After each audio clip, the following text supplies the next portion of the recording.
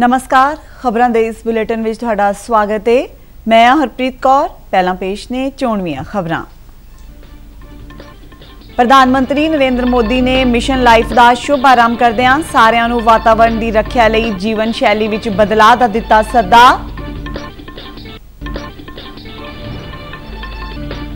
केंद्रीय मंत्री अनुराग सिंह ठाकुर अनुसार प्रधानमंत्री नरेंद्र मोदी की अगवाई हेठ सरकार खेडां नूं उत्साहित कर रही है।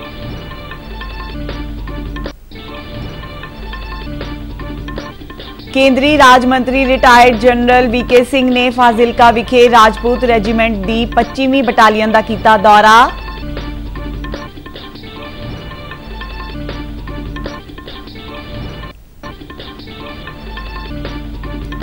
ते रोशनी दे त्योहार दिवाली दे नेड़े आंदियां ही बाजारां विच लगियां रौनकां।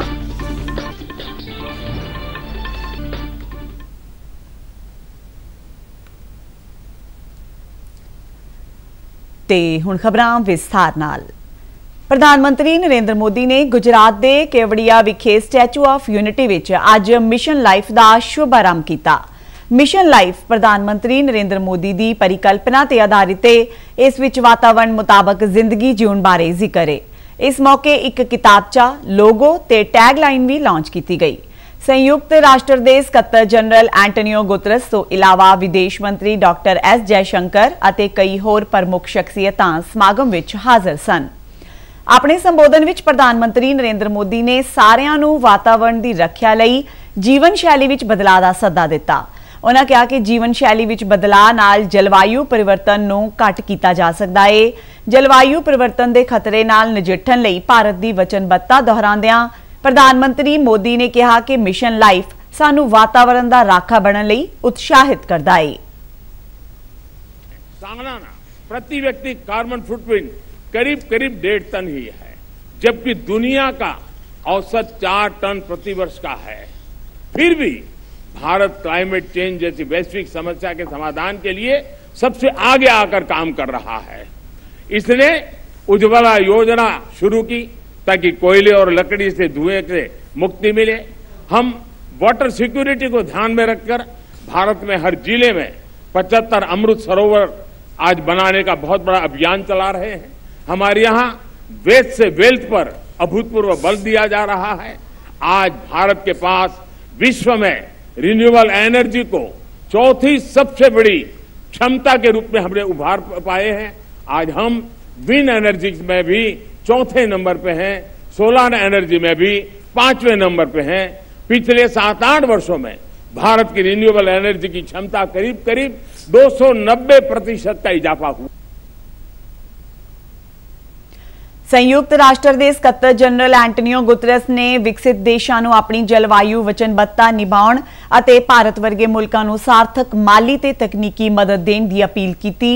उन्हां धरती की रखिया लई हल लभण वाले व्यक्तियों अते भाईचारे की हिस्सेदारी ते भी जोर दिता। खेलो इंडिया यूथ गेम्स दीआं तरीकां दा अज ऐलान कर दिता गया। नवी दिल्ली विच एक समागम दौरान केंद्रीय युवा ते खेड मंत्री अनुराग सिंह ठाकुर ने कहा कि यह खेडां अगले वरे 31 जनवरी तो 11 फरवरी तक मध्य प्रदेश विच होणगियां। उन्होंने कहा कि प्रधानमंत्री नरेंद्र मोदी की अगवाई हेठ सरकार खेडां नूं उत्साहित कर रही है। धरातल पर खेलों को बढ़ावा कैसे दिया जाए, खेलों के प्रति युवाओं की और परिवारों की रुचि कैसे बढ़े, देश में खेल के प्रति एक उदासीन रवैया था, उसको बदलने का प्रयास किया गया। और आज मुझे लगता है देश का एक बहुत बड़ा वर्ग है जो खेलों में अपने बच्चों को आगे बढ़ाना चाहते हैं, उनकी फिटनेस के लिए भी और राज्य और देश के लिए मेडल जीते, इसके लिए भी बहुत सारे परिवार आज देश में अपने बच्चों को खिलाड़ी बनाना चाहते हैं। ये सोच बदलने का काम किसी ने किया है तो प्रधानमंत्री नरेंद्र मोदी जी ने देश में करने का किया है। केंद्रीय सड़की आवाजाई ते शाहमार्ग अते शहरी हवाबाजी मंत्री रिटायर्ड जनरल ते राजपूत रेजीमेंट के honorary colonel doctor V K Singh ने कल फाजिलका विखे राजपूत रेजीमेंट की 25वीं बटालियन का दौरा किया। उन्हां बटालीयन के शहीदां नूं श्रद्धांजलि भेंट की। जनरल वीके सिंह नूं बटालीयन के क्वार्टर गार्ड विखे गार्ड ऑफ ऑनर दिता गया। इस मौके एक विशेष सैनिक सम्मेलन नूं संबोधन करदिआं जनरल वीके सिंह ने भारतीय फौज दीआं उच्च रवायतां नूं बनाए रखण लई आख्या। यूनिट के कई साबका योद्धियां ने भी जनरल वीके सिंह का स्वागत किया। जनरल सिंह ने श्रीलंका विच 1987 तो 1999 तक बटालीयन की तैनाती दौरान ऑपरेशन पवन तहत सेवावां निभाईआं सन। इस मौके श्रीमती भारती सिंह भी उन्हां नाल सन ते उन्हां 25 राजपूत दे परिवारां नाल मुलाकात की। फौज जो देखिए, फौज जो है सिर्फ एक ऑर्गेनाइजेशन नहीं, फौज एक परिवार है। तो जब हम लोग वापस आते हैं कभी रिटायरमेंट के बाद तो ऐसा लगता है अपने परिवार में दोबारा आए। सब ज़्यादातर लोगों को जानते हैं, जो चले भी गए उनके बारे में पता रहता है और एक दिल के अंदर गौरव होता है कि आप उन लोगों के बीच में हैं जिनके साथ कभी आपने अपने कदम मिलाए हैं, जिनके साथ कभी आपने ऑपरेशंस किए हैं और आज जो ख्याति है कहीं शायद आपका थोड़ा बहुत हिस्सा होगा। केंद्रीय खपतकार मामलों के सकत्तर रोहित कुमार ने कहा है कि देश विच दाल अते प्याज का उचित भंडार मौजूद है ते मौजूदा त्योहारी सीजन विच दाल अते प्याज दीआं कीमतां नहीं वधणगीआं। नवी दिल्ली विच आज पत्रकारां नाल गलबात करदिआं उन्हां कहा कि सरकार इन्हां वस्तां दीआं कीमतां ते नेड़ियों नज़र रख रही है। उन्होंने दस्सिया कि इस वेले 43 लाख टन दाल अते 2.5 लाख टन प्याज बफर स्टॉक विच मौजूद है। टमाटर दीआं कीमतां बारे उन्होंने कहा कि ये बहुत छेती खराब होने वाली चीज़ है ते इस बारे बहुत कुछ नहीं किया जा सकता, क्यों जो इसकी कीमत स्थानक दरां समेत होर कई कारणों ते निर्भर करती है। रोशनी दे त्योहार दिवाली दे नेड़े आंदियां ही पंजाब दे वख-वख शहरां दे बाज़ारां विच खूब रौनकां ने। दिवाली नूं पूरे उत्साह अते चावां नाल मनाउण लई लोक वख-वख तरह दा समान खरीदण विच रुझे होए ने। जलंधर शहर दे बाज़ारां विच भी इन्हीं दिनी लोकां दी भीड़ देखी जा सकदी है। एक रिपोर्ट। दिवाली यानी रोशनी दे त्योहार ते बाज़ारां विच खूब रौनकां ने।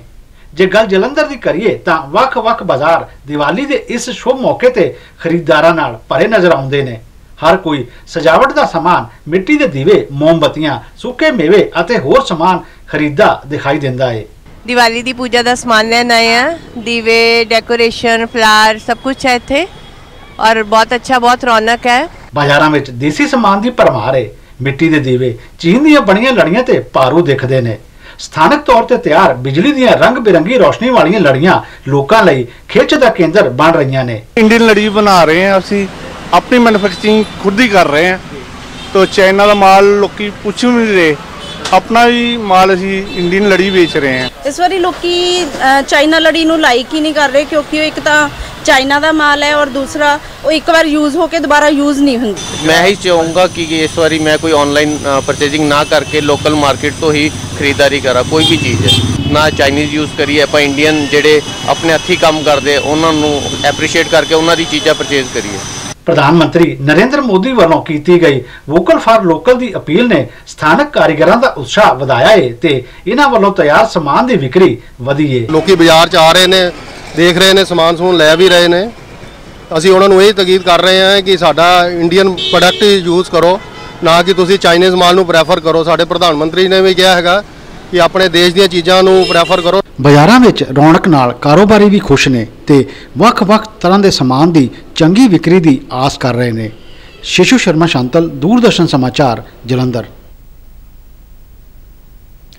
केंद्रीय युवा अते खेड मंत्राला तहत नेहरू युवा केंद्र मोगा वालों आज जिला पद्धरी युवा उत्सव युवा संवाद 2047 करवाया गया। सरकारी ITI मोगा विखे राष्ट्रीय एकता ते अखंडता दे थीम ते करवाए गए इस समागम विच विधायक अमनदीप कौर अते अमृतपाल सिंह सुखानंद उचेचे तौर ते हाजिर हुए।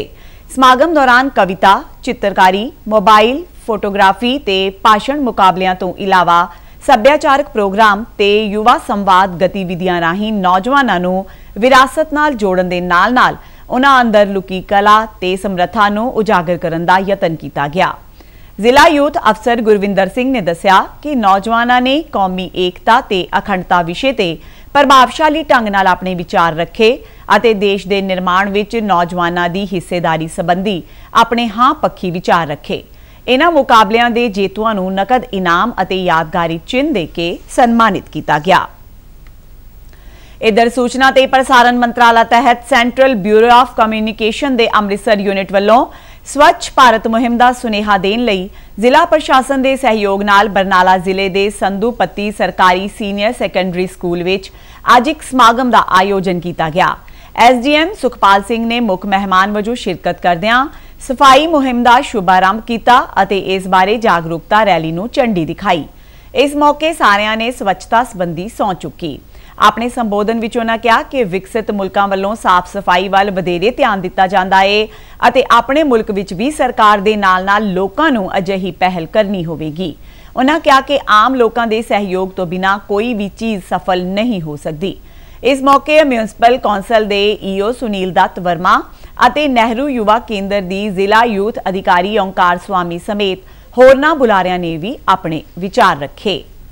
तरनतारन जिले के चोहला साहिब कस्बे के पिंड करमूवाला स्थित आईलैट्स सेंटर विच अज कौमी जांच एजेंसी NIA की टीम ने छापेमारी की। इस सेंटर नूं अमृतपाल सिंह नां दा एक व्यक्ति तकरीबन 4 साल तो चला रहा है ते नाल ही वो टूर एंड ट्रैवल का कारोबार भी करता है। NIA की टीम ने अमृतपाल के घर भी छाणबीन की है। दस्सिया जाता है कि NIA की एक टीम DSP रैंक के अधिकारी की अगवाई हेठ पुजी ते छापेमारी दौरान कई दस्तावेज अपने कब्जे विच लए। सूत्रों मुताबक अमृतपाल ते उसके परिवारक मैंबरों तो विदेशी फंडिंग मामले विच भी पुछगिछ की गई है। प्रधानमंत्री नरेंद्र मोदी ने बीते दिनी देश विच 75 डिजिटल बैंकिंग यूनिट की शुरुआत की। इन्हां विच 3 पंजाब दे लुधियाना, फरीदकोट ते जलंधर जिलियां नाल स्थित ने। फरीदकोट विखे पंजाब एंड सिंध बैंक के इस डिजिटल बैंकिंग यूनिट तो फायदा लैण वाले लोग खुश ने। बैंक नाल जुड़े लोग हुण किसी वेले भी बैंक नाल जुड़िया अपना काम कर सकते हैं। मेरी अपनी शॉप है जी, मैनू सुबह टाइम नहीं लगता, इस करके बिजी रहने लाइफ च तो मेरा रात को टाइम लगता। मैं सिर के अज बैंक तो मेरे खुलने करके मैनू बहुत प्राउडफुल होता है। रात को कैश जमा करवा के जाओ शाम को जा सकते हैं जी। तो इस करके असीं केंद्र सरकार और पंजाब एंड सिंध बैंक के बहुत व्यापारी हैं जिन्होंने इस फरीदकोट में संस्था चलाई है। सेंट्रल गौरमेंट ने तो पंजाब एंड सिंध बैंक ने जी डिजिटल बैंकिंग की ब्रांच खोली है जी, जिसका सानू बहुत ज़्यादा फायदा है जी। ये बैंक 'च हुण मैं कापी एंट्री कराई है जी। ये सुविधा सानू रात को 10 बजे भी मिलती है जी। तो ये 24 घंटे बैंक खुला रहिंदा, जिस करके असीं कोई भी काम कदे भी कर सकते हैं जी। कैश डिपॉजिट भी करा दिंदे हैं शाम को, तो एंट्री भी करा लैंदे हैं। सीमा सुरक्षा बल वालों आज़ादी का अमृत महोत्सव मौके JCP अटारी अमृतसर विखे 29 अक्तूबर को एक मैराथन का आयोजन किया जाएगा। सीमा सुरक्षा बल पंजाब फ्रंटियर के एक बुलारे ने जलंधर विच दस्सिया कि इसका थीम BSF मैराथन सरहदी वसों नाल हथ विच हथ भी सोबाई रखा गया है। बुलारे ने कहा कि इस मैराथन विच हिस्सा लैण वाले BSF की इस लिंक ते अपनी रजिस्ट्रेशन करवा सकते हैं।